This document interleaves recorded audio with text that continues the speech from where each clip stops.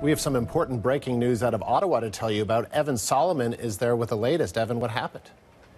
We're just hearing sources telling me now that in the next number of minutes, the Minister of Intergovernmental Affairs, Peter Penashue of Newfoundland and Labrador, will resign from his position. That Peter Penashue, who has been under the spotlight for questions about illegitimate donations to his campaign and illegitimate campaign spending, and CBC has covered this story a lot in the 2011 campaign. The first Innu minister, the minister who was elected in the 2011 campaign, will offer his resignation. There is an investigation into the spending. We're hearing he says he's resigning, and he's going to say that he will be asking Labradorians to make a decision. He's not pleased with the illegitimate donations. It's the right thing to do.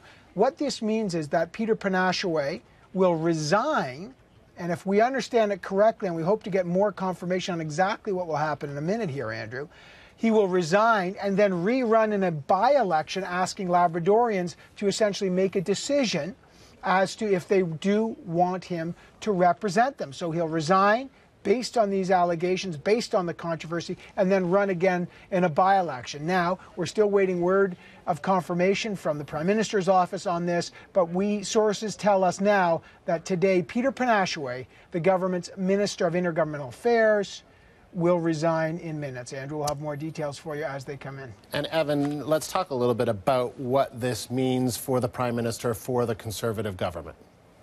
Well, again, very early days yet. This is not a government that loses ministers very easily, and we've seen this before. Ministers have been involved in lots of controversies. I mean, you think about now the president of the Treasury Board. Tony Clement was under lots of fire about spending at the G8 and G20 issues. Nothing happened to him. Peter MacKay has been in hot water over various issues. Nothing happened to him.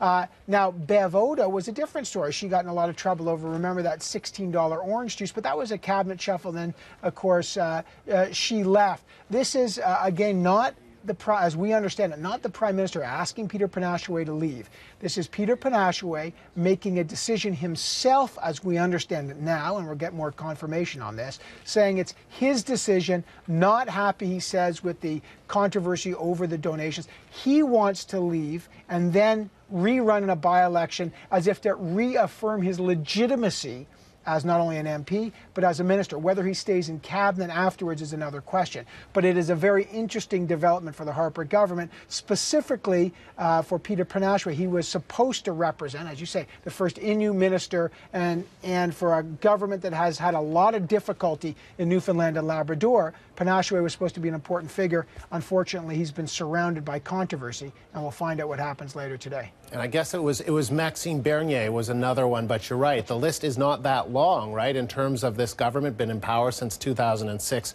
where we've seen resignations like this. Well, Helena Georges. I mean, all governments go through this, and Helena Georges, as you say, Maxime Bernier.